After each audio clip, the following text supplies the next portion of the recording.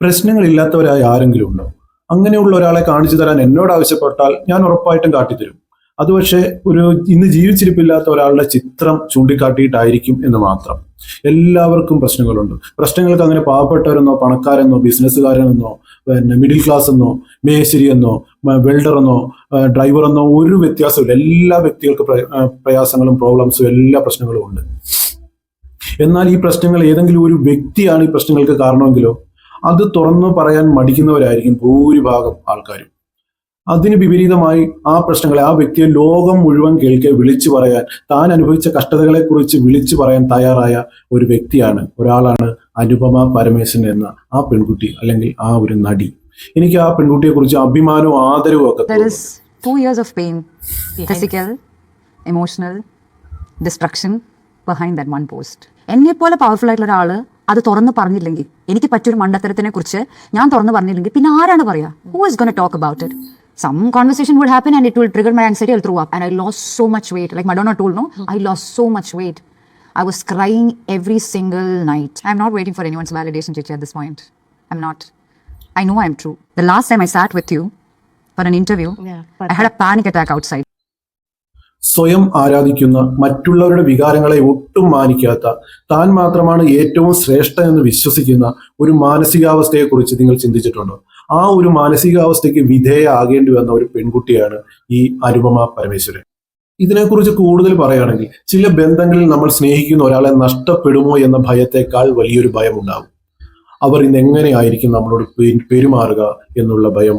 ഒരു ദിവസം അതിരറ്റ സ്നേഹം, നീയാണ് എൻ്റെ ലോകം എന്ന വാക്കുകൾ, സമ്മാനം, പരിചരണം, വാത്സല്യം, പിന്നെ പഞ്ചാര വാക്കുകൾ, നമ്മളെക്കാൾ നന്നായി നമ്മളെ മനസ്സിലാക്കുന്ന ഒരാൾ നമ്മുടെ മുന്നിൽ നിൽക്കുന്നു എന്നൊക്കെ നമ്മൾക്ക് തോന്നും.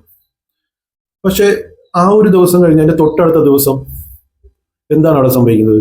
ചെറിയൊരു കാരണത്തിന് പൊട്ടിത്തെറിക്കുന്ന ദേഷ്യം, വലിയ ഒച്ചപ്പാട്. നമ്മൾ ആകെ ഞെട്ടിത്തെറിച്ചു പോകും. പിന്നെ ദിവസങ്ങളോളം മൗനമായിരിക്കും. നമ്മൾ എന്ത് തെറ്റാണ് ചെയ്തതെന്ന് അറിയാതെ കുറ്റബോധത്തിൽ നമ്മൾ രാത്രികൾ പകലുകൾ തള്ളി നീക്കും. അവസാനം നമ്മളോട് തന്നെ ചോദിക്കും, ഞാൻ എന്തെങ്കിലും തെറ്റു ചെയ്തു. പിന്നെ നമ്മളോട് തന്നെ വിശദീകരണങ്ങളൊക്കെ കൊടുക്കും. നമ്മൾ കേട്ട് വേദനിച്ചതൊന്നും അവർ പറഞ്ഞിട്ടില്ലെന്ന് പറയും. അവർ ചെയ്ത കാര്യം നമുക്ക് തോന്നിയതാണെന്ന് പറയും. നമ്മുടെ വേദനയെ തന്നെ നമ്മുടെ ഭ്രാന്താക്കി മാറ്റും. ഇതൊക്കെ ഒരു മാനസിക രോഗത്തിന്റെ ഭാഗമായിട്ടുള്ള ഒരു അപകടം നിറഞ്ഞ ഒരു അവസ്ഥ തന്നെയാണ്. മിക്ക തുടക്കങ്ങളും ഇങ്ങനെയൊക്കെ ആയിരിക്കും. ആർക്കും സുരക്ഷിതത്വം തോന്നുന്ന കെയറിങ് എന്ന സ്നേഹം പുരട്ടിയ നിയന്ത്രണം പിന്നീട് അതൊരു തടവറയായിട്ട് തന്നെ മാറും. ആ നിയന്ത്രണത്തിന്റെ ചട്ടക്കൂടിൽ നമ്മൾ ഒരു കൂട്ടിലടയ്ക്കപ്പെട്ട ഒരു അവസ്ഥയായി നമ്മൾ മാറും. ആ വസ്ത്രം ധരിക്കരുത്, അവനോട് അല്ലെങ്കിൽ അവളോട് സംസാരിക്കരുത്, എവിടെ പോയി, എങ്ങനെ പോയി, ആരോടൊപ്പം ആയിരുന്നു, എന്താണ് ഇത്ര വൈകിയത്, എന്തിനാണ് ആ ഡ്രസ്സ് ഇട്ടത്, അങ്ങനെയൊക്കെയുള്ള കാര്യങ്ങൾ.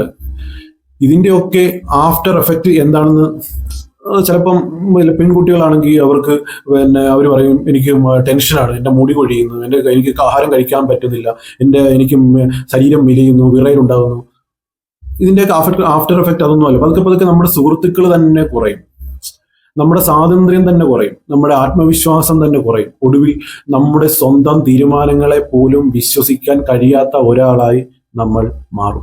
ഇന്നത്തെ ഈ ചുറ്റുപാടിൽ 100ൽ 90 പേരും അനുഭവിക്കുന്ന ഒരു ദുരന്തം ആണ് ഇത്. അനുഭവിക്കുന്നവർക്ക് അതിന്റെ ഭീകരത മനസ്സിലാവുകയുള്ളൂ. ഇതിനെ നമുക്ക് ആത്മാനുരാഗം അഥവാ നാർസിസിസ്റ്റിക് പേഴ്സണാലിറ്റി എന്നൊക്കെ പറയാം. ഇതിനകത്ത് ഏറ്റവും വേദനിപ്പിക്കുന്നത് എന്താണെന്നറിയോ? അവർ നമ്മെ വേദനിപ്പിച്ചിട്ട് വീണ്ടും സ്നേഹിക്കും. ഇന്നലെ കണ്ണീരാക്കിയ അതേ മനുഷ്യൻ ഇന്ന് തലയിൽ കൈവച്ച് ചോദിക്കും, നിനക്ക് എന്ത് പറ്റി? താടിക്ക് തടകിയിട്ട് ചോദിക്കും, എന്താ മുഖം വിഷമിച്ചിരിക്കുന്നത്? അപ്പോൾ നമ്മൾ വീണ്ടും പ്രതീക്ഷിക്കും, എൻ്റെ ഓപ്പോസിറ്റ് നിൽക്കുന്ന ആൾ മാറുമായിരിക്കും, ഇനി അവൻ പുതിയ മനുഷ്യനാവുമായിരിക്കും. പക്ഷെ ഇതെന്താ? അതൊരു വീണ്ടും ഒരു ചക്രമാകും. വീണ്ടും നമ്മൾക്ക് വേദനകൾ, സ്നേഹം, വേദന, മൗനം, കുറ്റപ്പെടുത്തലുകൾ, പിന്നെ മാപ്പ് പറച്ചിൽ, പിന്നെ വീണ്ടും സ്നേഹം, ഇങ്ങനെ റൊട്ടേറ്റ് ചെയ്ത് ഇങ്ങനെ വർഷങ്ങൾ കടന്നു പോകും. ഇതിനിടയിൽ നമ്മൾ മറന്നു പോകുന്ന ഒരു സത്യമുണ്ട്. സ്നേഹം ഒരിക്കലും ഭയത്തിൽ ജീവിക്കേണ്ട ഒരു അവസ്ഥയേ അല്ല. നിന്നെ സ്നേഹിക്കുന്ന ഒരാളുടെ മുന്നിൽ ഓരോ വാക്കും പറയുന്നതിന് മുമ്പ് നീ ഒരിക്കലും അത് മനസ്സിലിട്ട് എഡിറ്റ് ചെയ്യേണ്ട ഒരു കാര്യവുമില്ല. അതിനെക്കുറിച്ച് നീ ഭയപ്പെടേണ്ട ഒരു കാര്യവുമില്ല. അവരുടെ മൂഡ് എങ്ങനെ ആയിരിക്കുമെന്ന് നോക്കി നിന്റെ ഓരോ ദിവസവും നീ ക്രമീകരിക്കേണ്ട ആവശ്യമൊന്നും തന്നെയില്ല. നിന്റെ വേദന തെളിയിക്കാൻ നിനക്ക് അവന് അല്ലെങ്കിൽ അവളുടെ പിന്നെ അവളുടെ മുന്നിൽ കെഞ്ചേണ്ട അല്ലെങ്കിൽ യാചിക്കേണ്ട അവസ്ഥയെ ഈ സ്നേഹമെന്ന വികാരത്തിന് പിന്നെ കൽപ്പിച്ചു കൊടുക്കേണ്ട കാര്യമൊന്നുമില്ല. നിന്റെ കണ്ണുനീർ കണ്ടിട്ടും നീ തന്നെയാണ് പ്രശ്നം എന്ന് പറയുന്ന ഒരാളുടെ മുന്നിൽ വീണ്ടും വീണ്ടും നിന്റെ നിഷ്കളങ്കമായ ആ സ്വഭാവം തെളിയിക്കേണ്ട യാതൊരു ആവശ്യവും ഇവിടെ വരുന്നില്ല. ഇത്തരം പെരുമാറ്റങ്ങളെല്ലാം കൊണ്ട് ഒരാൾക്ക് നാർസിസിസ്റ്റിക് പേഴ്സണാലിറ്റി ഡിസോർഡർ ആണെന്ന് ഉറപ്പിച്ച് പറയാൻ ഒരിക്കലും പറ്റത്തില്ല.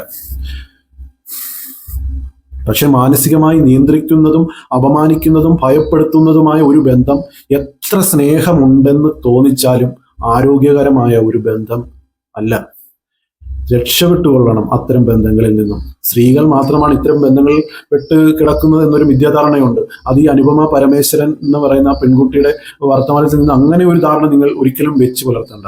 ഞാൻ ഒറ്റയ്ക്കായാൽ എന്തു ചെയ്യും എന്ന പേടി ഇവരിൽ പലർക്കും ഉണ്ട്. അത് ആണുങ്ങളും പെണ്ണുങ്ങളും പെൺപിള്ളാരും ആൺപിള്ളാരും ഒക്കെ ഉള്ളവർക്ക് എല്ലാവർക്കും ഉള്ള കാര്യങ്ങളൊക്കെ തന്നെയാണ് ഇതൊക്കെ. നിങ്ങളൊന്നും മനസ്സിലാക്കുക, ഒറ്റയ്ക്ക് കഴിയുന്നതിനേക്കാൾ വേദനാജനകമാണ് നമ്മളെ തന്നെ നഷ്ടപ്പെടുത്തി ഒരാളോടൊപ്പം ജീവിക്കുന്നത്. അങ്ങനെ ജീവിക്കുന്ന ആരെങ്കിലും ഉണ്ടെന്നുണ്ടെങ്കിൽ, ഇനി ഓരോ ദിവസവും മറ്റൊരാളുടെ മൂഡ് നോക്കി ആരെങ്കിലും ജീവിക്കുന്നുണ്ടെങ്കിൽ, നീ ഓരോ വാക്കും പറഞ്ഞതിന് ശേഷം പ്രതികരണം എന്താകും എന്നോർത്ത് പേടിക്കുന്നുണ്ടെങ്കിൽ, അവിടുന്ന് ഇറങ്ങാനുള്ള ആ ഒരു ധൈര്യം, അല്ലെ അവിടുന്ന് ഇറങ്ങി പോകാനുള്ള ആ പെട്ടിയൊക്കെ നിങ്ങൾ ഇപ്പോഴേ പാക്ക് ചെയ്ത് വെച്ചേക്കും. അവനൊന്നും പഠിക്കണ്ട, നിങ്ങൾ അവിടെ നിന്ന് ഇറങ്ങി നടന്നു. നിങ്ങളുടെ ജീവിതം വല്ലവനെ ഓർത്ത് ഭയപ്പെട്ട് ജീവിക്കേണ്ട ഒന്നല്ല. ഉപാധികളില്ലാത്ത സ്നേഹം, കരഞ്ഞു പറഞ്ഞു തെളിയിക്കേണ്ടി വരാത്ത ചില കാര്യങ്ങൾ, ഇതൊക്കെ ആരും നിനക്ക് തരുന്ന സൗജന്യങ്ങളെ അല്ല, നിന്റെ അവകാശങ്ങൾ മാത്രമാണ്.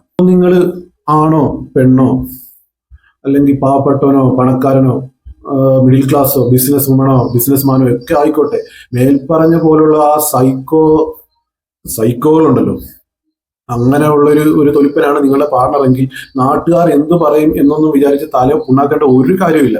കയ്യിൽ കിട്ടുന്നതൊക്കെ എടുത്ത് ഇപ്പം കഴിഞ്ഞ ദിവസം നടന്ന ആ പെൺകുട്ടി പോയത് കയ്യിൽ കിട്ടുന്നതൊക്കെ സഞ്ചിക്കകത്ത് കയറ്റി ഇറങ്ങി വണ്ടി വിട്ടു.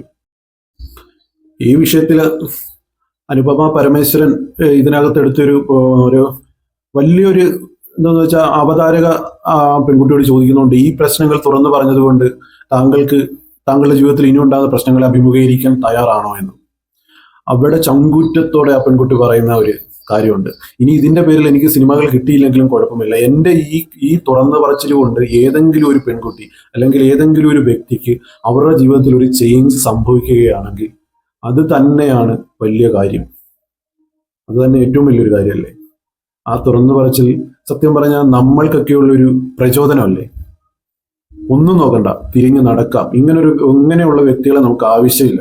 ആ നട്ടലുള്ള പെൺകുട്ടി പറഞ്ഞതുകൊണ്ട്, ആ നട്ടലുള്ള പെൺകുട്ടിയുടെ ചിന്തകളിൽ തോന്നിയ ആ ഒരു നല്ല കാര്യത്തിൽ നിന്നുള്ള ഒരു പ്രചോദനം ഉൾക്കൊണ്ട് നമ്മൾക്ക് ഓരോരുത്തർക്കും ഒരു തീരുമാനം എടുക്കാം. നമുക്കെല്ലാം ഉണ്ട് നട്ടല്. ഇങ്ങനെയുള്ള വ്യക്തികളെ നമ്മുടെ ജീവിതത്തിൽ നിന്ന്, അവരെത്ര പണക്കാരനായിക്കോട്ടെ, എത്ര വലിയ ആളായിക്കോട്ടെ, അല്ലെ അവളോ അവനോ ആയിക്കോട്ടെ, എല്ലാം പിന്തള്ളി തിരിഞ്ഞ് നടക്കാം. ഓക്കെ.